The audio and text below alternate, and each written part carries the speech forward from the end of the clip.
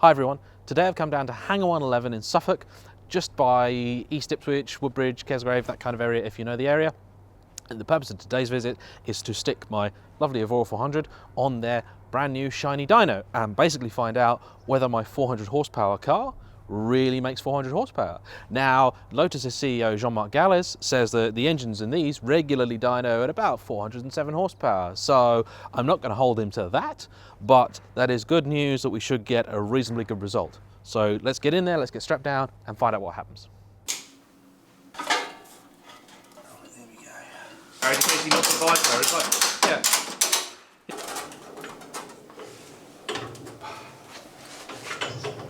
Yeah, that's my intake.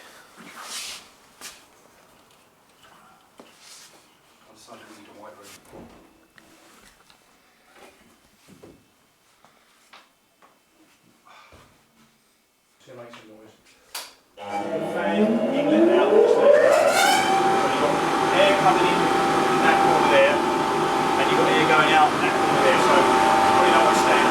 Tune in there.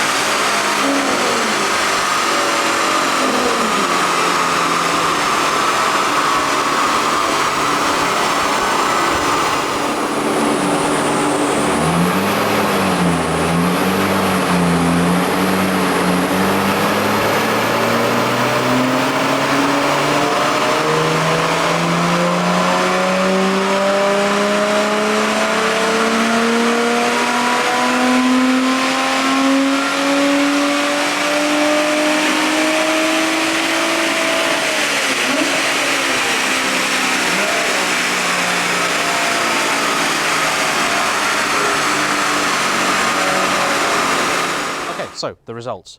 We did 3 power runs in the end. The first run we did traction and everything off and exhaust valve in the quiet position, just to try and make their life easier. Then the second run we did the same thing with the exhaust valve open. Now, the first run we achieved 390 horsepower, so a bit down on what we're hoping for, but 307 pound-feet of torque, which is actually higher than we were expecting. Now, we noticed that the car seemed to be not revving quite as high as it should, and the guys noted that it did seem to sort of cut the power right at the end, a few hundred RPM early perhaps. The second run, we were down on power, down to about 383. We're also down on torque to 299. Again, same problem with the revs.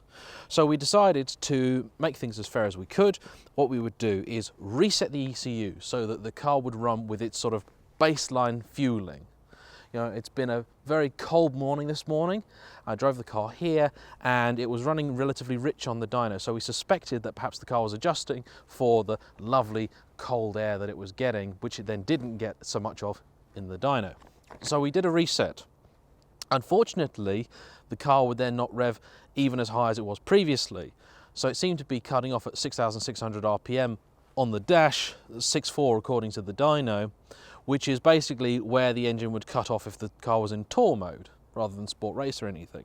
However, we got 388 horsepower, but 317 pound-feet of torque, which is 15 pound-feet up on what the car should actually be getting. Now, we also noticed that on all of these runs, which were done in 5th gear, the car was going to about 157 in the last run, or 161 mile an hour in the first two. I know for a fact that car will do 172 mile an hour in fifth, which confirms that the car was not revving to its potential, or certainly not what the car will normally allow itself to rev to.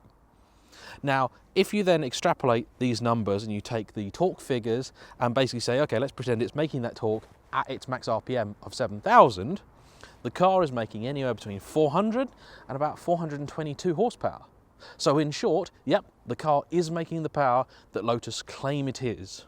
We did have some oddities. The torque curve is very lumpy, is the word they used to describe it. We weren't entirely sure why. I'm going to speak to Lotus and see if they think that this is normal or if it's just perhaps an oddity of the car being on the dyno. There are a number of cars which do not like going on dynos for various reasons. But the main thing is that the car does seem to be making the power that Lotus claim, even if we weren't able to get a magic number starting with 4 on the dyno. So yeah, there you go. Now we know. Bye.